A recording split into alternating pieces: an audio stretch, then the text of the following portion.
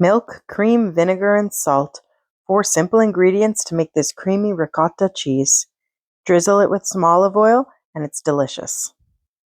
Let's make this easy recipe together.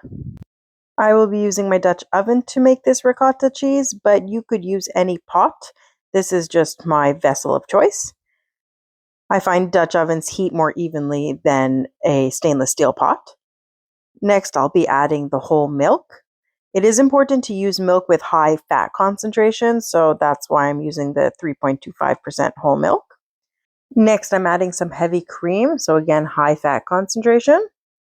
And now I move this mixture to the stove to heat up the milk and cream. While it is warming, I am going to get out some vinegar and put some in a little cup, so that way I am ready when it is time to move on to the next step. You can find all the measurements to this recipe in the description below. If you enjoy wholesome, from scratch recipes, please make sure to subscribe to my channel. The vinegar is ready to go. Let's move on over to the stove now. I'm warming this milk and cream mixture. I don't have the temperature set too high. It's about medium or just a slight bit below medium. I want to make sure to stir this often. You do not want the milk to scald on the bottom of the pot. It will take about 8 minutes to come up to temperature. Make sure to have a digital thermometer on hand so you can keep checking the temperature, and you are looking for a temperature of 195 degrees. By heating the milk and cream mixture, it is breaking down the proteins which allow it to release the whey, and that's what allows the ricotta cheese to form and separate. This is by no means pasteurizing milk, it just allows it to turn into cheese.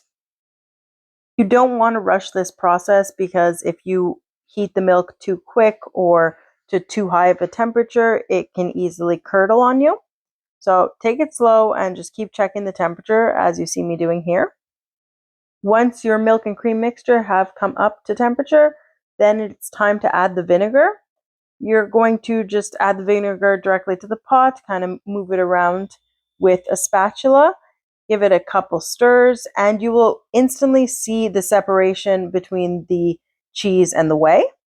Once that's done, take it off of the burner, turn the burner off, and give it about 4 to 5 minutes just to sit so it gives it time to separate. The next step is to get a bowl and a strainer. Use a fine mesh strainer, or you could even use cheesecloth, but I don't have any cheesecloth on hand, so I will use this fine mesh strainer. When your timer goes off, it is time to transfer the cheese mixture and put it through the strainer. The ricotta is almost done.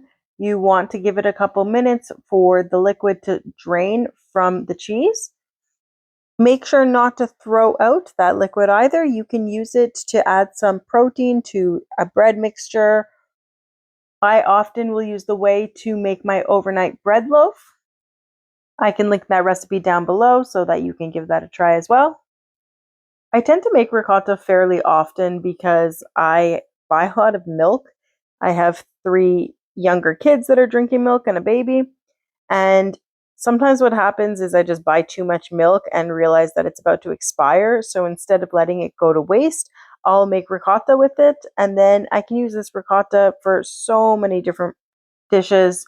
On this day, I used the ricotta in an omelet with peppers and onion and garlic, and it was delicious and creamy and smooth, and it just adds such a nice texture to it.